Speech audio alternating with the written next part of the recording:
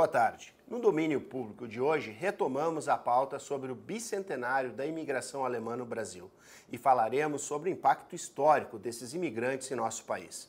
E neste encontro, estamos recebendo o escritor e vereador hamburguense Felipe Kuhn Braun. Boa tarde, Felipe. Prazer tê-lo aqui conosco. Faz algum tempo que tu não vem no domínio público, né?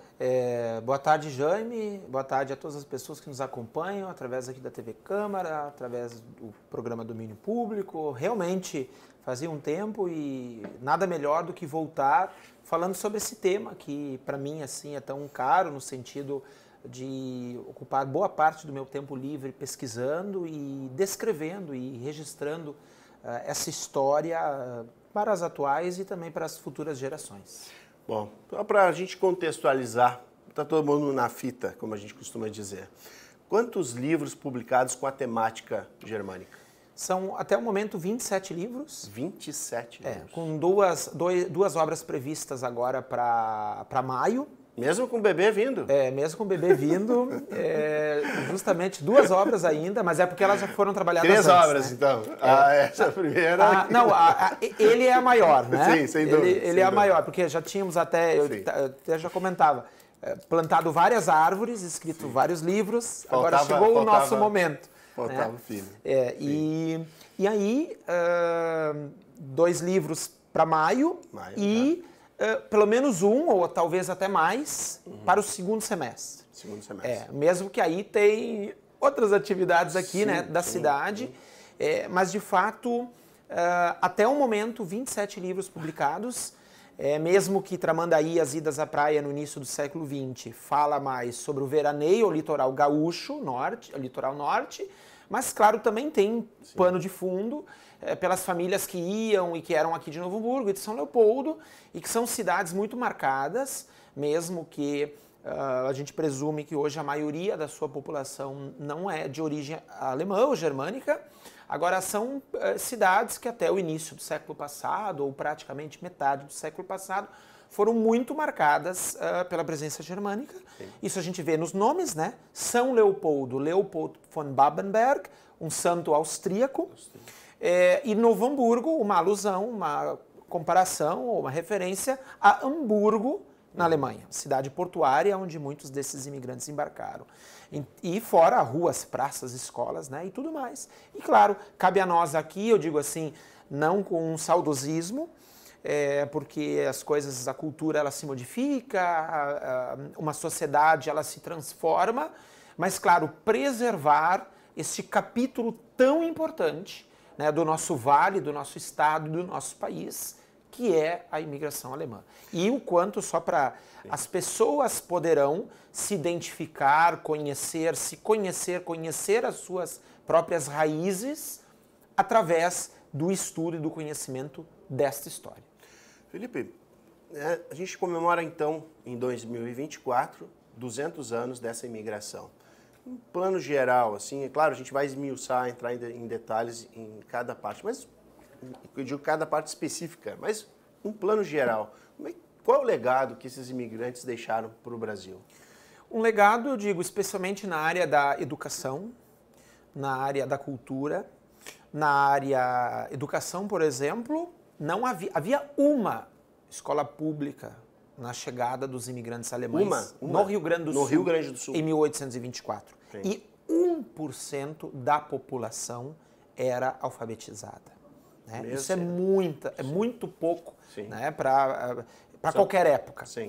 E os alemães construíram, de 1824 a 1922, dados do professor Arthur Blasio Rambo, e eu cito ele porque ele é um especialista nesta área, então o que nós estamos falando com fonte e com alguém que estudou décadas este assunto, os alemães fundaram aqui, no Rio Grande do Sul, 698 escolas em 98 anos. Isto é muita coisa. Né? Escolas confessionais, de confissão luterana, católicas, e a partir de 1900, escolas luteranas. Sim. E também escolas comunitárias, que mais tarde, muitas delas se tornaram escolas públicas. Mas assim, a base da educação ela está muito nas mãos dos alemães, pelo menos aqui no Sul. Nós temos uma questão do comércio e da indústria muito presente. Sim. Eu sempre digo, os livros de história que nós aprendemos na universidade, tem coisas ali que não conferem com a realidade, porque muitas vezes a gente aprende numa cadeira que a primeira indústria surgiu no Rio de Janeiro em 1890, em São Paulo em 1885. Bem, em 1885 aqui no Sul já havia dezenas, até mesmo centenas, entre ateliês, oficinas, nas mãos dos alemães e seus descendentes. Se nós olharmos o passado de Novo Hamburgo, Campo Bom, Estância Velha, São Leopoldo, ele também é marcado muito pela fundação. As primeiras tecelagens do Brasil foram fundadas por alemães, as primeiras fábricas de chocolate, as primeiras calçados, o tratamento do couro, as cervejarias. Claro que a cervejaria, falar em alemão e cerveja, era bem provável que seria... E casualmente foi linha nova, né? A primeira cervejaria no estado. Nós descobrimos, Jaime, que digamos assim, uma espécie de cerveja caseira já começou a ser produzida em 1825. Olha só. Um ano após eles a imigração. Chegaram em 24, 25, eles já estavam testando, sim, né? Sim. Até mesmo em São Leopoldo. E onde conseguiu lúpulo, né? Assim, agora, trouxeram, né? Não, eu digo assim, é um estudo que é importante a gente, inclusive, com o tempo, aprofundar. Sim. Agora, no momento, de fato, né, essa ida da família de cervejeiros Ritter para a linha nova, onde lá eles constroem uma primeira, digamos, fabriqueta, que depois vira uma indústria da cerveja em Porto Alegre. Isto faz com que Linha Nova tenha, e também ajudei para isso, que ganhou o título de berço cervejeiro do Rio Grande do Sul, porque existe através de Linha Nova e depois a transferência dos ramos da família Ritter para Porto Alegre, para Pelotas, para Rio Grande, esta continuidade do trabalho cervejeiro, né? Então é incrível que também eram dezenas de cervejarias, entre caseiras e depois industriais, aqui nesta região de colonização alemã. Mas então você acha que estão estudando um caso de uma outra situação que poderia ter ocorrido antes desta Linha Nova? Na verdade, Linha Nova ganha com assim muita justiça esse título, né? Pelo trabalho desenvolvido lá, também por outros imigrantes ligados à família Ritter. O que nós estamos aprofundando é sobre justamente produção artesanal. A produção, artesanal. Outras cervejarias, fossem caseiras, ou mesmo que após a dos Ritter tenham sido nessa escala industrial. E isso eu encontrei recentemente um livro de um pesquisador falecido já, sob o nome Müller, e através dali e de outros estudos a gente está ainda buscando mais. Sim, só para que no futuro... Pesquisando. Exato. De cada um desses temas, quando a gente fala do legado, né, para concluir em si a pergunta, eu vejo assim que a indústria, a educação, a cultura, um pouco a questão religiosa também, né? Porque a gente tem, através dos alemães, a vinda dos primeiros imigrantes que não eram católicos, que são os imigrantes evangélicos protestantes, aqui também conhecidos depois como evangélicos de confissão luterana. Em um país que inicialmente não se funda no catolicismo, né? Na verdade, assim, a separação de igreja e Estado, ela só se dá em 1889, com a proclamação da República. Então, todo esse período do Império, de fato, a religião do Estado e, portanto, a religião aceita era o catolicismo. Então, não havia a possibilidade, por exemplo, de ser um professor público, um funcionário público, se não fosse católico. Se não fosse católico, né? Depois votar e ser votado, né? Mesmo a criação de uma freguesia, de uma vila, a emancipação se dava, por exemplo, a criação de uma paróquia se dava através de uma lei do parlamento, da Assembleia Legislativa, em consonância com o bispo da diocese. Então, para ver como era uma questão total, digamos, ligada da igreja com o Estado ou do Estado com a igreja, até a proclamação da República, né? Lembrando que, inclusive, os templos luteranos, eles não podiam sequer ter uma representação que identificasse que ali era um templo ou uma igreja que não fosse católica. Não poderia, por exemplo, ter uma torre. Boa parte das igrejas de confissão luterana que nós temos, quando a gente vai até elas, a gente vê, ou tem lá uma descrição, as torres foram construídas depois das igrejas, sim, especialmente depois da proclamação da República. Quando houve a permissão, no caso. Exato, a permissão para ter torre, para ter um sino, para... Não, aqui é uma igreja que não é católica. Sim, puxa, mas é essa dificuldade. Então, tem dois aspectos aí que eu queria conversar contigo. Primeiro, quando tu falaste da educação, 1800, a gente falou casualmente da cerveja, 1824, 1825, os primeiros registros de produção artesanal. Em 1834 é fundado o Instituto Evangélico, 190 anos. Ou seja, em 2027 a gente vai comemorar 100 anos da fundação de Novo Hamburgo. E o Instituto Evangélico de Novo Hamburgo tem 190 anos. Não, 100 anos da emancipação. Da emancipação, né? Exato. Né? Desculpa. Aí, 100 anos da emancipação, sim, de Novo Hamburgo. É que 2027. Exato.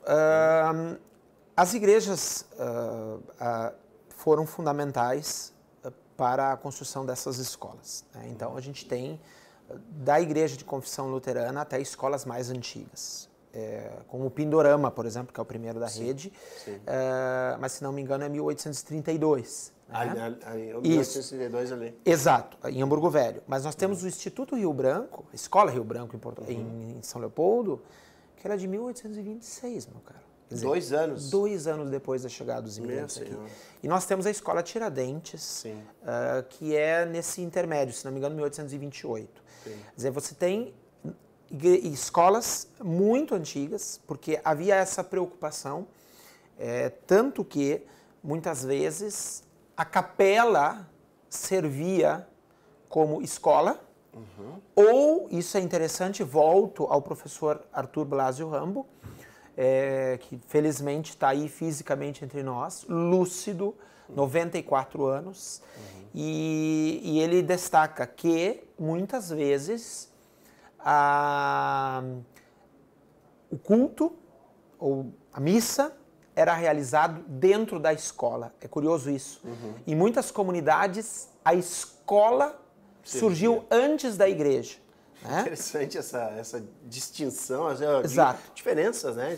Tem alguns registros que a gente busca no outro professor, Balduino Rambo, que era nada mais, nada menos do que irmão mais velho do Arthur Blasio Rambo. Ah, que interessante. Essa é uma família de intelectuais, assim. E o Balduino Rambo, ele tem um trecho escrito na década de 1950, numa enciclopédia gaúcha sobre várias etnias, e Balduino Rambo também já tratava a educação.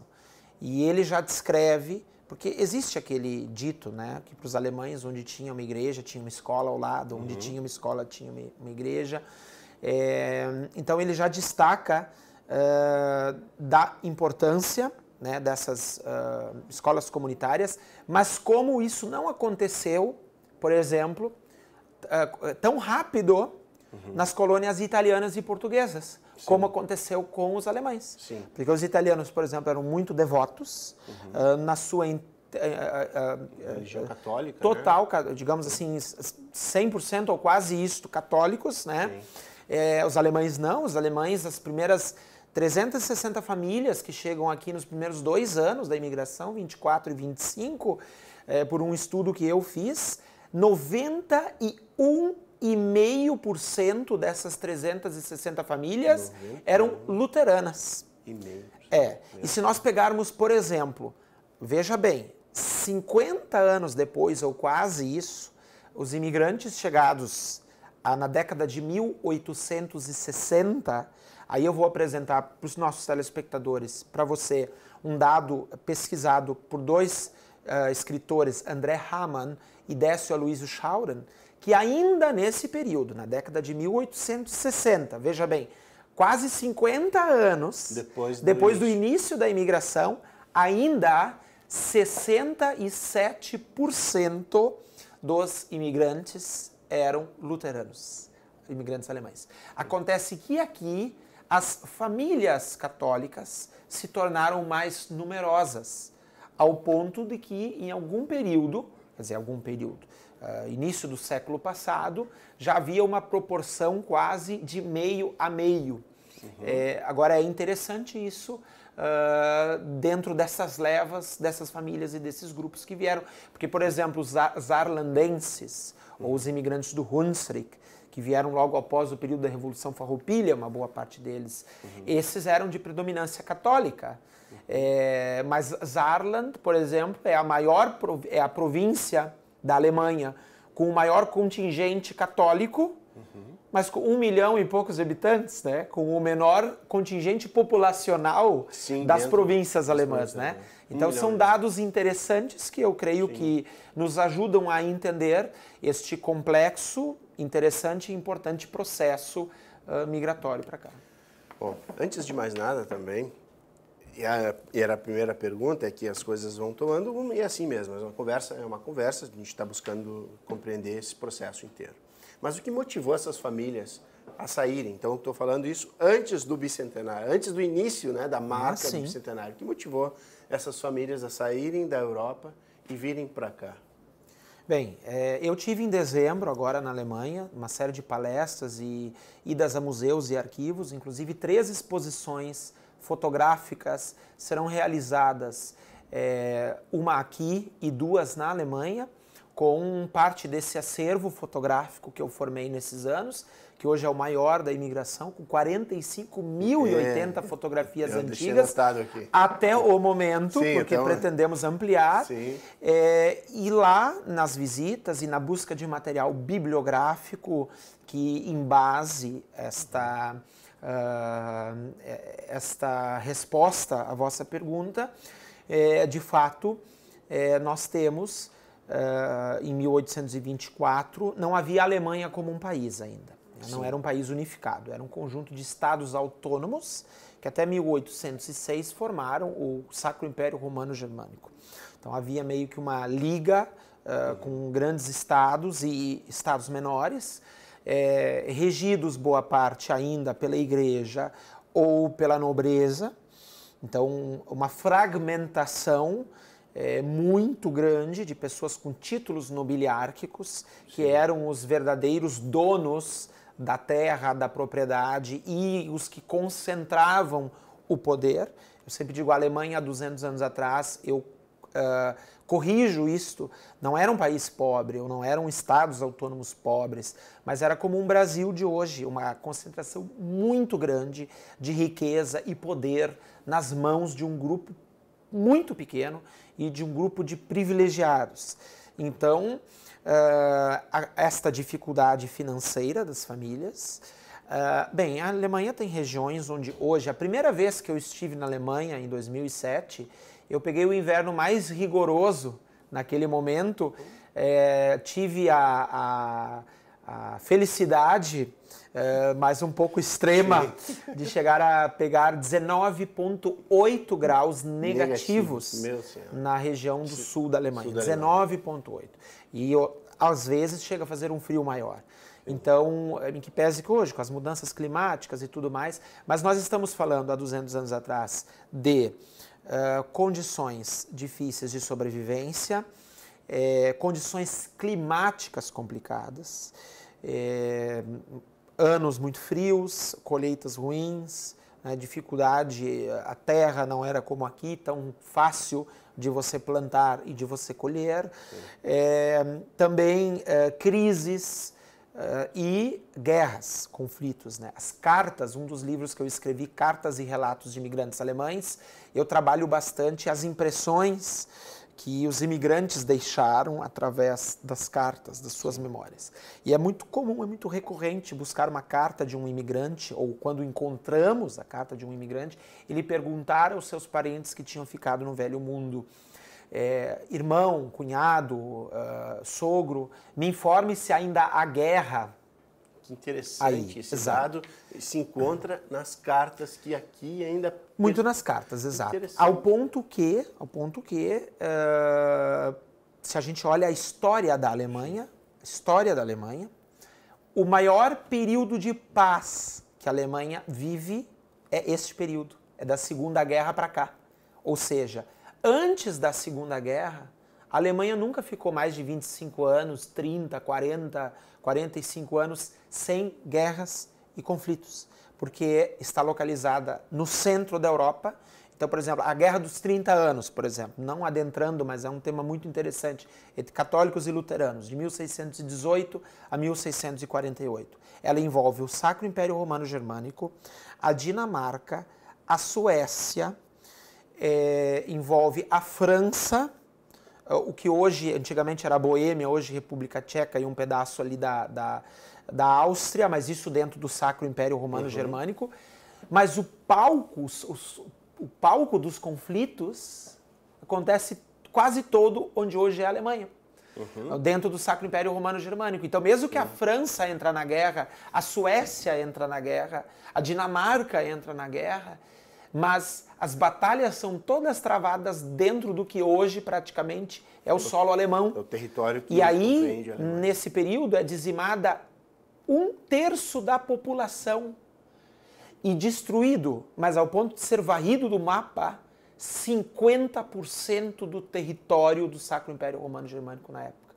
Quer dizer, muita coisa, né? Sim. Então, e aí, eu diria que esses são os elementos. As guerras, a dificuldade de alimentação, as dificuldades...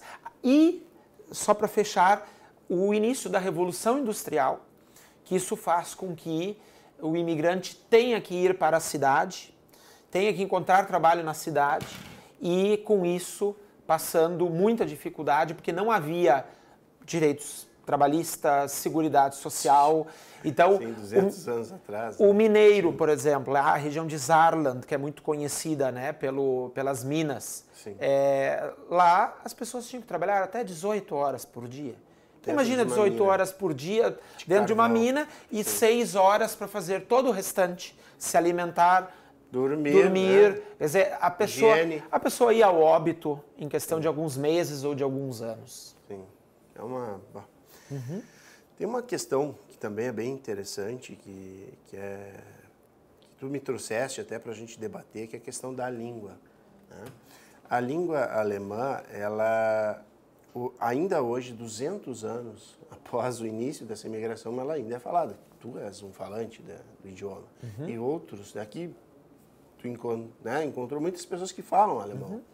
Então, essa permanência da língua também, mesmo que a gente fale de 200, 300 anos, lá do Sacro Império Romano Germânico, e ainda aqui se manifesta o idioma, né? Como também essa persistência da língua, ela se faz mesmo após tantos anos de imigração? Olha, o idioma, eu vejo que é uma forma de manter parte da sua cultura, da cultura da sua família, da sua história, dos seus antepassados. Para mim é a principal forma delas, porque o idioma te aproxima, ou você mantém assim essa parte dessa cultura ou dessa continuidade. Por exemplo, mesmo que a Alemanha é um país onde uma parte significativa das pessoas falam inglês, mas o idioma nativo normal sempre vai ser o alemão, né? Sim. Então, eu vejo que a questão da permanência do idioma, por mais que muitas vezes nós falamos dialetos aqui, né? Eu vejo que isso é muito interessante, porque dizem que Alemanha, Áustria, Luxemburgo, Suíça, Liechtenstein, parte da Bélgica ali, juntos esses países falam mais de 36 dialetos. Né? 36 dialetos do alemão. Exato, de regiões, de estados, né? E na Alemanha também, a gente percebe muito bem em cada região, logo no sotaque das pessoas, ou em palavras diferentes, né? Porque isso também é uma diferença. Nós não estamos falando de um alemão com sotaque, embora ele tenha, mas nós estamos falando de dialetos diferentes de região para região, ao ponto de, às vezes, ter dificuldade para entender Ou se, por exemplo, a minha família, a maior parte dos meus antepassados veio daquele eixo do Reno para a esquerda, para o sudoeste da Alemanha. Então pega uma parte da Renânia-Palatinado, Saarland, a região de Frankfurt, Hessen, eu também tive vários antepassados de lá, Luxemburgo e um pouco Rio Reno para cima, aquela região de Colônia, Colônia, Aachen, né? Para mim, a região do Eifel, banhada pelo rio Eifel. Então, boa parte da minha família vem daquela região. Então, quando eu escuto os dialetos daquelas regiões, para mim soa mais familiar. Mas quando eu vou, por exemplo, muito para o sul da Alemanha ou para o leste da Alemanha, eu tenho dificuldades. E qual é a forma que se optou, até por uma questão de unificar, né? Se ensinou um alemão, que é o alemão que luta, quer dizer, com as suas muitas mudanças e tudo mais, hoje com muitas palavras que vêm do inglês, muitas palavras que vêm do francês, a partir do início do século XIX, com muitas palavras do latim e do grego. Por isso nós temos requerieren, identifizieren, digitalizieren, discutieren, palavras que você vai ouvir, Politik, e você vai dizer, não, opa, essa eu identifiquei, né, o que significa. Por mais que vai vir, às vezes, esta palavra no meio de outras 15 anglo-saxãs, né, que vai dizer assim, opa, eu entendi que está falando de política, mas o restante, né... Sim. Boiando, né? Staatsangehörigkeit, Wissenschaft... Bira falou Bira, eu também pois entendo. né? Então, assim, essas questões. Sim. Então, é muito interessante isso, né? Sim. Quando Lutero traduz a Bíblia, primeiro o Novo Testamento do grego para o alemão e depois o Velho, o Antigo Testamento, né? Os católicos fazer essa tradução para a língua, Lutero, né? Traz essa, e não só ele, né? Adeptos à Reforma, que aproxima as pessoas, né? Da leitura, da Bíblia e da própria formação. Até isso era usado como instrumento de poder, né? Sim, e aí nós estamos também falando que a reforma possibilitou parte até da estruturação de um sistema educacional alemão. Philipp Melanchthon, que era braço direito de Lutero, é considerado o pai da educação na Alemanha, e Lutero é considerado, digamos, meio que por muitos, isso não é uma afirmação do Felipe, por muitos pesquisadores, escritores, historiadores, linguistas, como, digamos, o pai da língua alemã, porque ele tem um registro interessante que Lutero descreve. Me esforcei tanto para encontrar as palavras consideradas por ele certas entre os dialetos, assim, para traduzir, né, aquelas expressões que se dizia na Bíblia, que se descrevia, que talvez a pessoa lendo a Bíblia traduzida por Lutero numa primeira vez acharia que Moisés era alemão, né? É muito interessante essa questão, né? Por todo esse esforço da língua, né? E para mim é interessante porque, por exemplo, em algumas regiões eu tenho uma afinidade maior com o dialeto, porque mesmo não tendo aprendido o dialeto, eu tive que aprender alemão na escola, posteriormente. O alemão de Lutero. E o alemão Lutero, e depois gramatical, né? Sim. Mas isso por exemplo, seja no Hunsrück ou em Saarland, onde tenho boa parte das minhas raízes, eu consigo hoje entender 60% a 70% né, do dialeto falado, né? Mas é muito interessante isto, né? Porque nós não temos essa experiência, por exemplo, no português, né? No português nós temos regiões que falam sotaques diferentes, né? Mas não uma palavra que num lugar é Kirche, no outro é Kirche, no outro é Kirche, ou Kirche, sabe assim, com... E que destoa muito, daí... o Gott, que é Gott, que é Güter, que é Gott, sabe? E é interessante que você está lá numa reunião de família e daqui a pouco o pessoal está falando o dialeto. E aí tem um do lado que não fala o dialeto, eles se viram para ele e falam em gramatical. Né? Então isso é muito interessante, né? E as palavras que se incorporaram, né? Porque aquela região, e aí por que eu estou tanto falando nesse... Porque depois, 60% dos alemães que vêm para cá, eles são do Hunsrück e daquela região, né? Então nós aqui que ficamos nas colônias velhas, nas primeiras colônias, boa parte de nós temos raízes, né? No Hunsrück, nessa região, né? Então, e palavras que se incorporou do francês, porque houve um período de ocupação francesa, né? Era um período muito próximo, uma região muito próxima da França. Lorena, aquelas regiões ali que tanto que Alsácia, Lorena e Saarland muitas vezes era o pomo de discórdia entre os países. Isto, né? E mesmo que a França ficou com a Alsácia e a Lorena, mas Saarland permaneceu alemã. Não, olha só, ficou com a França no pós-Primeira Guerra até 1935. Até 1935? Exato. E aí a população, por meio de um referendo lá, escolheu voltar para a Alemanha. Sim. Aí, olha só, a Alemanha perde a guerra, claro, porque provoca a guerra e tudo mais. A França busca Saarland para eles de novo. E aí fica de 45 até, se não me engano, 55 por ali, ou 57, volta a ser da França. E aí a população alemã, mesmo fim da guerra, a Alemanha destruída, em reconstrução, e com essa carga negativa, né, do que haviam feito com o nazismo e tudo mais, mesmo assim, os saarlandenses votam novamente voltar a pertencer à Alemanha e não à França. Sim. Por quê? Porque tem essa questão da identidade, né? Porém, você está lá e você está ouvindo o cidadão falando que ele vai ao restaurante, ao restaurant, ou que ele vai pegar o porta-moedas, o porte-monnaie, ou ele está indo pela calçada. Ja, ich bin der Trottoir gegangen. Trottoir é calçada em francês. Então, assim, essas palavras que foram incorporadas, porque só a região de Saarland, até a Segunda Guerra, em 150 anos, 8 vezes trocou de nacionalidade. Ora era francesa, ora era alemã. Ora voltavam os franceses a ocupar, ora os franceses perdiam a guerra e voltava para... Então, que interessante, né? Que dificuldade que as pessoas passaram, as famílias... Nessa troca, né? Felipe, e o sentimento de nostalgia dessas famílias mais antigas? Elas... Olhando, por exemplo, quando os 150 anos, o Martin Behrend esteve aqui e trouxe um material dos 150 anos, que eu acredito que, obviamente, tu já viu.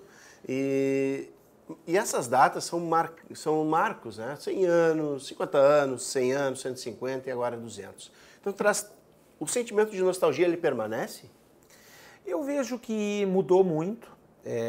Nostalgia também é algo que... Claro, os imigrantes trouxeram isso, porque a nostalgia ela é um sentimento amargo junto com a saudade. Né? Ele não fala só, quer dizer, o sentimento por si, ou os sentimentos, eles não representam só a parte positiva, pelo contrário, né? É muito a carga também daquela amargura de ter que sair da sua terra.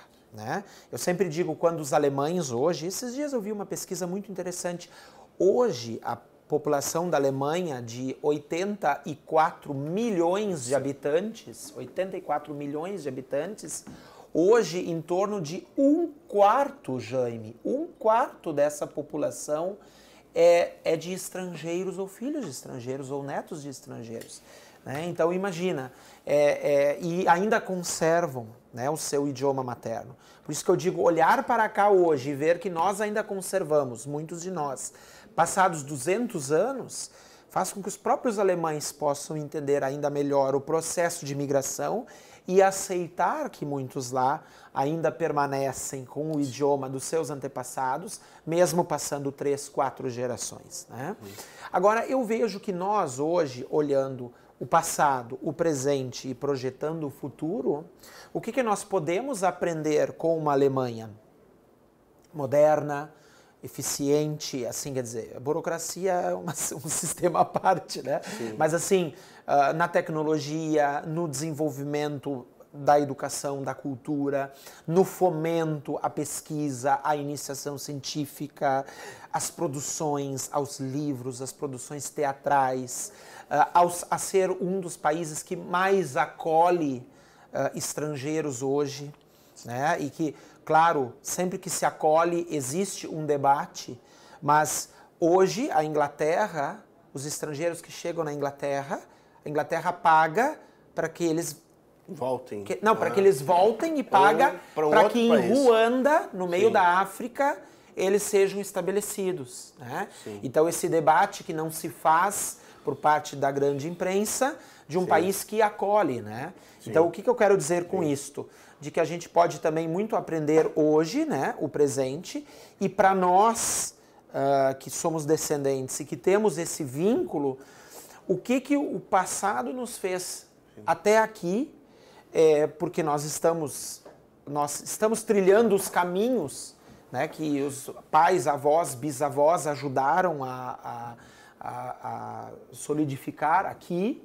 E quando a Alemanha olha para o Rio Grande do Sul como um parceiro comercial, como um parceiro industrial, eu digo assim, muitas vezes olha por quê?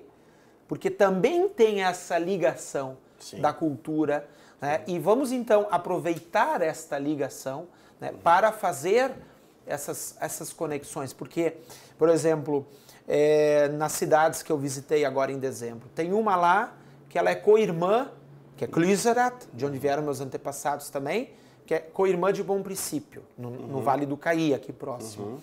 Bem, Bom Princípio e Klüserath, em 14 anos de cidades co-irmãs, já 400 pessoas, ou de Klüserath vieram para cá, ou de Bom Princípio foram para lá, né, nesse intercâmbio. Exato.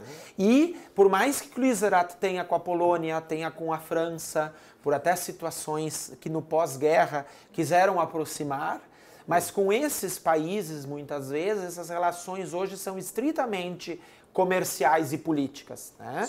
E conosco, por exemplo, com o Bom Princípio, você tem também essa conexão de história. Eu tive com uma jornalista lá, Mônica Traut Bonato, que tem um parentesco comigo, mas bem longínquo. Ela trouxe uma foto de uma tia dela, eu coloquei do lado de uma foto de uma tia-avó minha, e parecia a mesma pessoa. Por quê? Porque a nossa família, a casa onde nasceu meu pentavô, que foi o fundador de Bom Princípio, Guilherme Winter, chamava-se Winterschneis, Picada dos Winter, a casa está lá ainda, com quase 300 anos. Meu senhor! E até 2 anos, agora até 2 anos, até o período da pandemia, ainda era propriedade de um ramo da nossa família que ficou lá. Porque a nossa matriarca, a mãe do Guilherme Winter, veja bem, eles eram 12 irmãos. A mortalidade infantil era tão alta na Alemanha e a expectativa de vida tão baixa nesse período da imigração que de 12 irmãos, só ela e uma irmã chegaram à fase adulta. Os outros 10 morreram ou na infância ou na adolescência.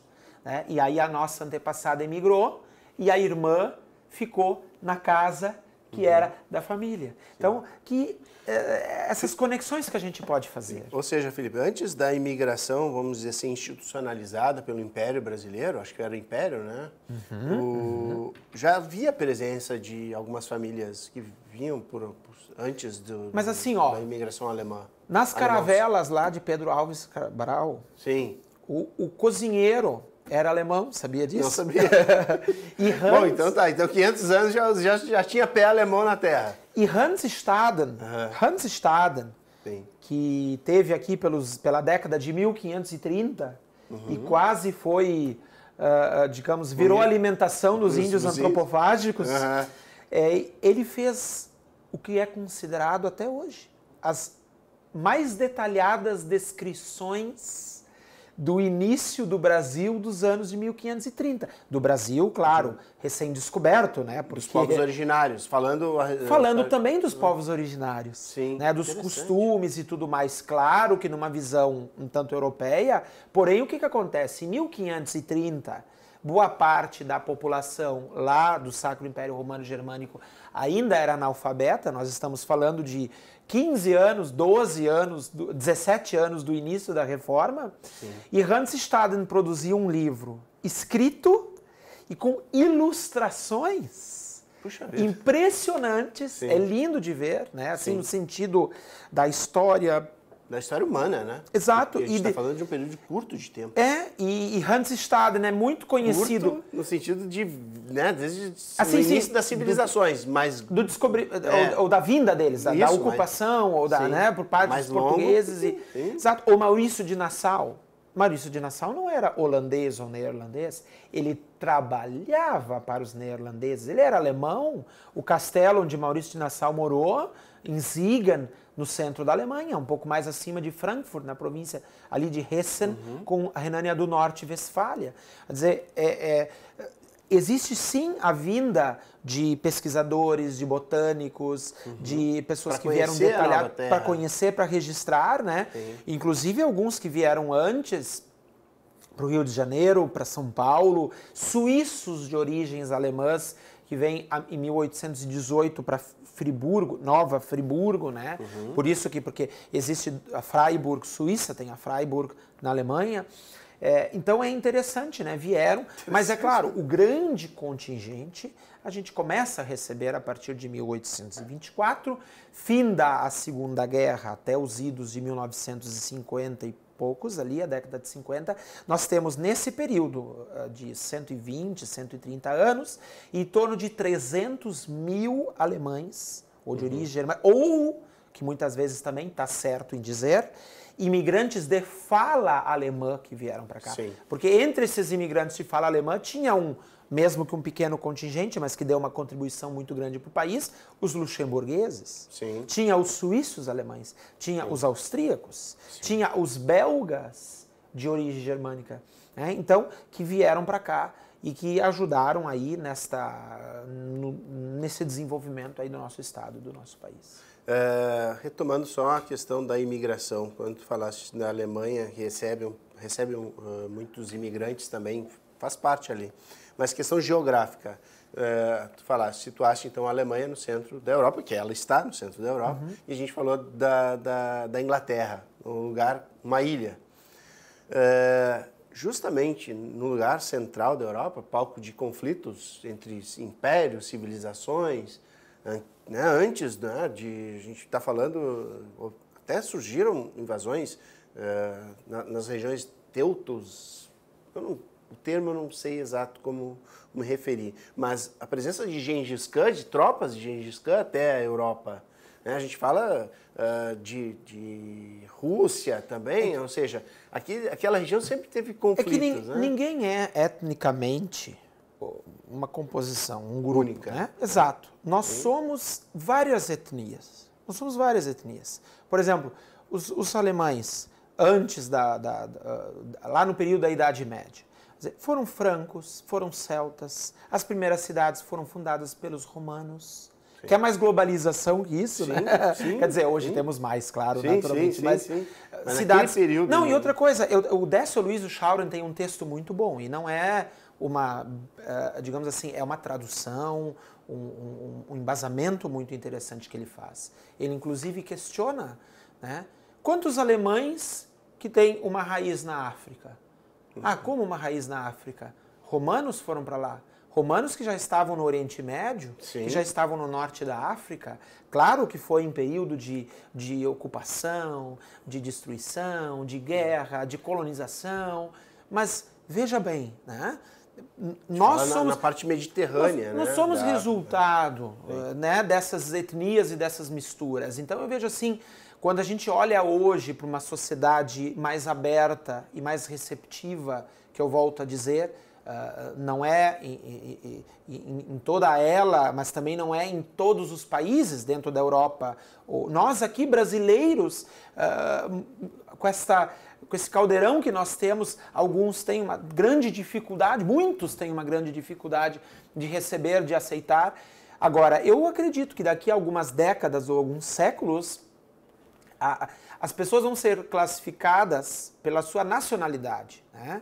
Aquele é alemão, francês, italiano, americano, brasileiro, né? Mas o italiano, o alemão, o francês, ele vai ser ainda mais, como nós já somos brasileiros, um resultado de diversos grupos, de diversas etnias, né? Que formam e que se... né? Porque esses grupos vêm... Por que um imigrante? Por que a pessoa é imigrante? Porque ela busca melhores condições, né? A saída da pátria, em geral, é porque não teve mais condições lá. Então, quando se fala de refugiados, hoje de guerras, que a Alemanha recebe recebeu na década de 90 do Iraque, do Irã, do Afeganistão, depois os sírios, agora ucranianos, né? Os nossos antepassados, uma parte deles também eram refugiados políticos, que saíram há quase 200 anos ou no meio dessa... Ou refugiados de guerra. Religiosa também, né? Religiosa também, mas a questão religiosa, ela, sobretudo, boa parte dos refugiados religiosos, eles vão para os Estados Unidos da América. Os Estados Unidos, como foi o primeiro país a ter uma liberdade religiosa, porque a reforma, em um determinado momento, ela começa com várias fragmentações, né? E o radicalismo daquela época já, mesmo com guerras entre católicos e luteranos, em determinado momento eles definem, ou tem que ser católico ou tem que ser luterano. Em que pese que se abre para os calvinistas um pouco, para os huguenotes que vão da França expulsos para Saarland, para Berlim, para Brandemburgo, para regiões específicas, né, e dão uma contribuição cultural enorme, né, para a sociedade germânica. Agora, eles são um tanto radicais, ao ponto de que, por exemplo, muitos dos batistas, anabatistas, Amish, luteranos, né, também, muitos acabam tendo que ir para os Estados Unidos porque não encontram mais na Alemanha esse espaço, né, para professar a sua fé ou a sua fé reformada e saem, né? Então vão para lá, né? É interessante que 90%, claro, não é o caso hoje, mas assim, 90% da imigração que sai do que hoje nós conhecemos como Alemanha vai para os Estados Unidos. Interessante que não se fala muito sobre isso, fala muito da questão dos judeus, né? A questão judaica, né? Sobre a necessidade de estar sempre se movendo em função da religião local, e vê então os judeus como, sei lá, por questões políticas, acabam afastando essas... É claro que o que acontece na Segunda Guerra é um regime de exceção. Sim, sim. Né, não tem palavras para descrever o que foi feito. Agora, temos que lembrar que os judeus, eles estavam há quase 1000 anos, ou em torno disso já, no Sacro Império, na Alemanha. E é interessante tanto que num dos livros que eu escrevi, A História do Povo Alemão, 20 capítulos sobre a formação histórica do povo, e eu descrevo ali parte, um pouquinho, claro, mas sobre os judeus, porque deram uma contribuição muito importante, estavam estabelecidos, por exemplo, a sinagoga mais antiga da Alemanha, felizmente ela mesmo com todos aqueles, ela foi restaurada e está lá praticamente como era, é a sinagoga de Erfurt, na antiga Alemanha Oriental, na Turíngia, que tem em torno de 1000 anos. Então, o cemitério judaico de Worms, eu estive lá, na segunda vez que estive na Alemanha, o cemitério judaico de Worms é impressionante, a primeira lápide do ano de 1073. Meu Senhor. E preservada lá, né? E aí a gente nos remete indo ali a uma cultura de um povo que deu uma contribuição muito grande, que já estava há muito tempo lá, né? Então, tu vê como, voltamos a dizer, como as sociedades, elas se formam de forma plural, né? Sim, e hoje, claro, é mais evidente isso. É fantástico isso. Tem uma questão que saiu na revista Expansão deste mês, uma coluna que foi, né, uma matéria que foi escrita por uma ex-estagiária nossa, Marina Teles, então, agradecendo também esse material bem interessante, está produzido, vão ser 5 especiais, e nessa primeira reportagem especial foi feita contigo. Acredito que tu também deva participar nas outras 4, de alguma forma. E tem uma frase tua que eu achei bem interessante, que tu colocas assim: se não houvesse os imigrantes alemães, não haveria uma industrialização no Vale dos Sinos. Só peço a tua contextualização, né, a respeito, porque essa é uma matéria de 3 páginas, 4 páginas, não tem como ler aqui. Ontem ainda num encontro, eu falei sobre isto, assim, de forma um pouco mais detalhada. O Rio Grande do Sul tem alguns lugares que tiveram assim um boom econômico, industrial impressionante, né? Um deles foi Novo Hamburgo. Claro que se a gente olha agora, em maio, eu estou publicando a história de Estância Velha. é riquíssima, fabulosa e também uma indústria muito forte lá. Quando Estância Velha pertencia a São Leopoldo, como mesmo foi com Novo Hamburgo. Os números são impressionantes e eu estou procurando mais autores. Estou assim, sabe quando você vasculha, quando você vira a estante do avesso? Sim. Não tem mais, eu vou na outra biblioteca. Não tem mais, eu vou na outra biblioteca. Sim. Até encontrar, não tudo, mas poder dizer, olha, procurei tudo que eu pude referente a esse assunto. E esse assunto será tema, agora vou dar um spoiler, né? Mas a partir daí muita gente vai ficar sabendo.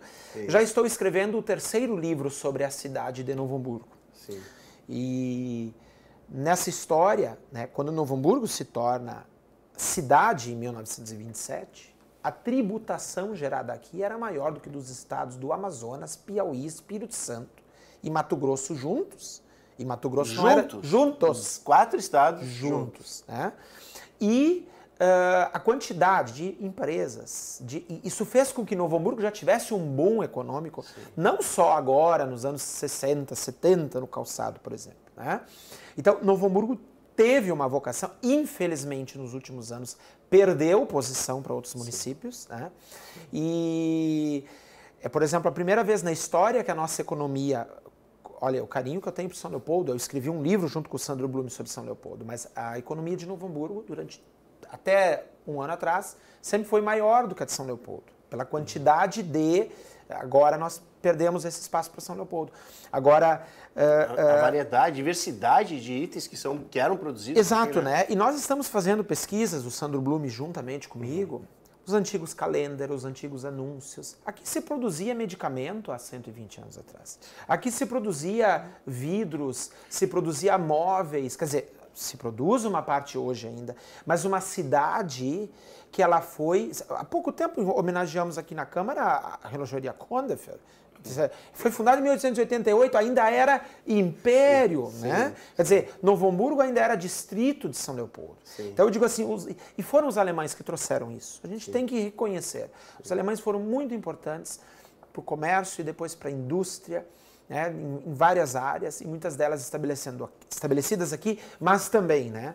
Como um pesquisador da imigração, eu tenho que reconhecer e trabalhar, e estou pesquisando mais, também em áreas de Santa Catarina, ou mesmo aqui na região central. São Lourenço do Sul. São Lourenço, a tecelagem do Rheingans. Santa Cruz do Sul, o fumo, a produção lá. Mas Santa Cruz do Sul é outro Eldorado, digamos assim, né, da indústria. E depois o que acontece? A geração de riqueza... Ela ajuda a fomentar as questões culturais. Sim. Então, e as questões culturais, elas, por exemplo, aquelas sociedades recreativas, o canto coral, a bandinha, a orquestra, o tiro ao alvo, a ginástica, o bolão. No início da imigração, as pessoas não têm tempo para isso. O tempo é trabalho, ou trabalho, igreja, escola, sabe? Subsistência. Quando as pessoas começam a um outro patamar, elas começam a trabalhar as sociedades.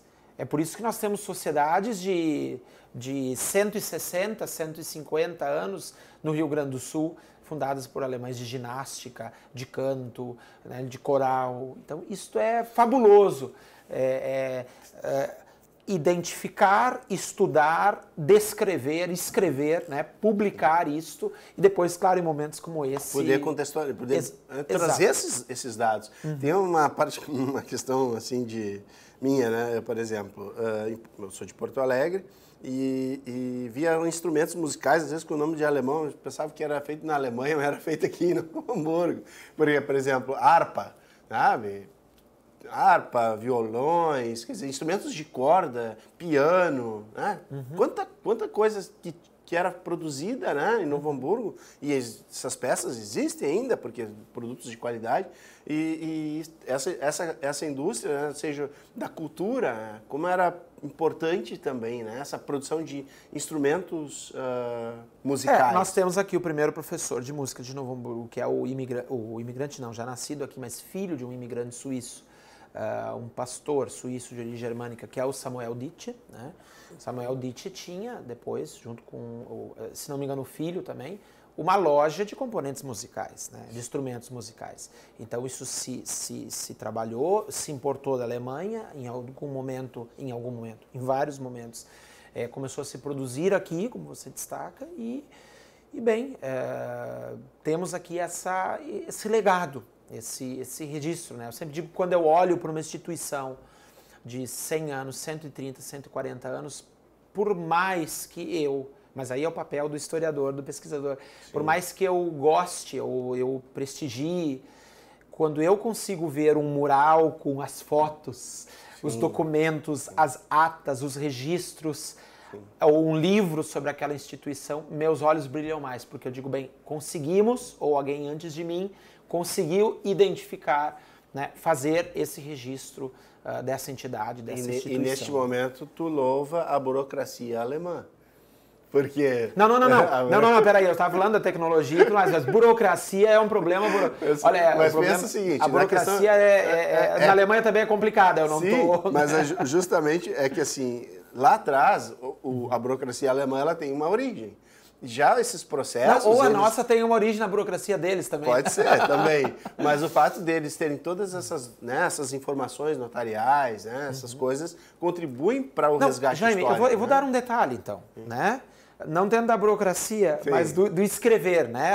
Mas, claro, entendo a tua linha de raciocínio, né? Porque eu pego a questão documental, que é onde tu busca hoje extrair assim, essas informações. Registrar, documentar, né, é uma forma de a gente saber o que aconteceu e como aconteceu, sim, né? Sim. Então, por exemplo, é normal isto, né? Quer dizer, quando a gente vai para a história, eu sou um fascinado por genealogia, eu comecei tudo isso com genealogia. Uhum. Eu tenho a minha genealogia, mais de 3 mil nomes de antepassados, detalhados, onde viveram, o que faziam. Quer dizer, toda vez que eu vou para lá, eu busco mais, eu visito mais algum lugar. E o que eu acabei aprofundando esses estudos. Uhum. É fascinante como se registrava as coisas lá. Esses dias uma senhora me perguntou, até onde vai boa parte dessas genealogias? Eu disse, a senhora talvez não vai acreditar, mas tem genealogias de famílias que nós conseguimos 900 anos para trás, 1000 anos para trás, porque isso estava lá. Sim. Quer dizer, porque estava no mosteiro, porque eu agora, quando estive lá, o livro, o mosteiro, a família de onde veio a minha mãe, a família Kuhn, quer dizer, a família da minha mãe, a nossa família materna, minha família materna, lá tem um mosteiro de 1400 anos. E eles têm livros guardados, Jaime, do ano 1000. Do ano 1000. Quer dizer, são 1000 anos em livros. Sim. Claro que em 1000 anos nem sempre tinha o registro de batismo, de casamento. Isso a gente pode descrever num outro... Agora, o Kuhn, ou o Schneider, ou o Weber foi lá e doou ao mosteiro para arrumar o telhado, porque no dia 12 de maio de 1327 aconteceu uma chuva e quebrou parte. Quer dizer, isso é fascinante. Sim.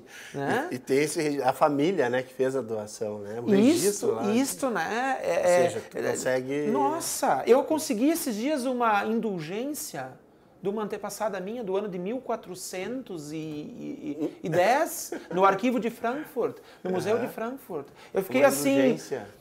uma indulgência, quer dizer, que vendiam, né? Vai ter um lugar no céu lá, sim, tu vai ter, né? Quer dizer, sim, é uma das grandes críticas de Lutero, né? Sim. Quer dizer, veja que... Mas isso tá lá, tem um registro. Tem um registro, né? Sim. E isso eu digo das famílias, porque às vezes as pessoas acham, não, da minha família não vai ter. Mas eu não pesquiso só a família do meu pai ou da minha mãe, eu pesquiso da avó, da bisavó, da trisavó, abre o leque de 4 avós, 8 bisavós, 16 trisavós, 32 tataravós, para ver quanto vai encontrar mais para trás e daqui a pouco fazer essas conexões, né? Mas são poucos países ou grupos, né, que tem esse tipo de registro. Sim, né? Sim. A Alemanha tinha, China também tem. A China faz bastante isso. Com exatidão, né? A Alemanha sempre assim, esse escrito em gótico, em latim, em alemão antigo, né? Depois a prensa, a invenção da prensa por Johannes Gutenberg em 1450 em Mainz, capital da Renânia-Palatinado, que é a província de onde veio uma boa parte dos nossos imigrantes, a profusão, digamos assim, a quantidade de livros publicados, e isso ajudou também. Isso deu uma explosão, né? De informação. Não, porque hoje tem livros, né, que a gente encontra, às vezes, um exemplar, 2 exemplares, mas é porque em algum momento foi publicado, né? Ficou, a história foi escrita, foi descrita, foi registrada ali, né? Bom, nós estamos com 1 hora de programa, mas eu queria antes contextualizar contigo como as relações entre Brasil e Alemanha foram permeadas por esses imigrantes, as relações passadas, presentes e talvez futuras. Como é que tu enxerga, né, esse capital, que a gente fala de capital de imigrantes que aqui vieram, que tem essa forte ligação ainda com a Alemanha, os povos de língua alemã, com o Brasil. Ou seja, a gente vê empresas que se relacionam com empresas que são estabelecidas no Brasil, mas que têm origem na Alemanha. E passado esse período de tempo, enfim, guerras e essas coisas, como é que ainda se mantém e como é que tu enxerga essas relações entre Brasil e Alemanha por esse viés ou por esse olhar a partir da imigração? Eu penso que as relações, elas são antigas, são aprofundadas. Às vezes, como um pesquisador, lamento um pouco de se falar muito pouco na imigração, né, por parte dos países. Não vejo isso por parte dos países, eu vejo mais por comunidades, né? É Bom Princípio que se conecta com Glyzorat, é Nova Petrópolis que se conecta com Emmelshausen, essas localidades, né? De qualquer forma, estamos... De nação para nação... Na questão da imigração, não se divulga isso praticamente, né? Mas, ao mesmo tempo, nós temos, do lado de cá, um país com dificuldades na questão logística, né, mas com um potencial, né, um potencial de consumo, de população, e a Alemanha tem muito esse olhar para cá, né? Então eu vejo assim, não penso que quando um governo assume, seja ele mais aproximado com um lado ou com o outro, nós temos que cuidar para não romper relações que são feitas por anos e por décadas, e que quem responde por isso é a diplomacia, né? Eu fico assim um pouco, quando eu vejo um presidente aqui, ali, lá, sabe, com algumas declarações às vezes muito pesadas, ou não vou falar com esse porque esse lá é de esquerda ou é de direita, né? Sim. Eu não vou falar com esse, eu não vou visitar, uma né? Retórica... Não, simples e rasa, né? Porque política não se faz, por exemplo, nós não vamos deixar de sentar à mesma mesa. Porque eu não gosto do que os alemães decidiram. Não vai interferir em nada. O que os alemães decidiram. O que o Brasil decidiu. O que a Argentina decidiu, né? Então, às vezes, ataques pela internet e tal. Não. Eu penso assim que existe uma relação, ela é profícua, ela precisa ser mantida e ampliada, né? E, por exemplo, quando ano passado nós recebemos aqui no Teatro São Pedro um grupo de empresários da Renânia-Palatinado interessados aqui em vir para cá, investir aqui, incrivelmente eles estavam aqui, por melhor que eram as relações entre Brasil e Alemanha, por causa da imigração alemã, que do estado deles, da província deles, veio para cá, né? Dos imigrantes que vieram para cá, né? Então, nos conectar a isso, né? E por isso que eu estou sempre à disposição, junto com essas entidades, associações, envolvido em quase boa parte das atividades do bicentenário da imigração alemã, justamente para que a gente possa auxiliar, né, muito nesse sentido. Teremos mais um outro momento com o Heiheimer aqui junto contigo, porque o processo ele continua, né? E tinha tantas outras coisas para perguntar, mas pelo adiantado da hora, né?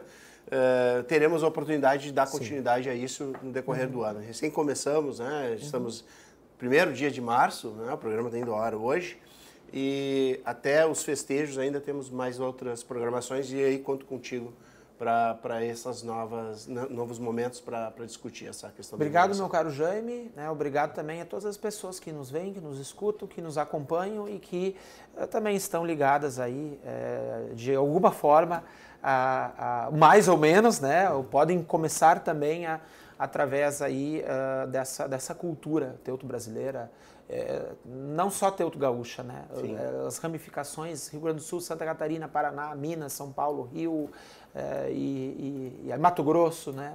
E lá para cima também. A gente vê a lemoada, como a gente costuma falar de forma eu não digo que de forma pejorativa, mas comum, popular, né? Sim. A lemoada por tudo quanto é lugar, né?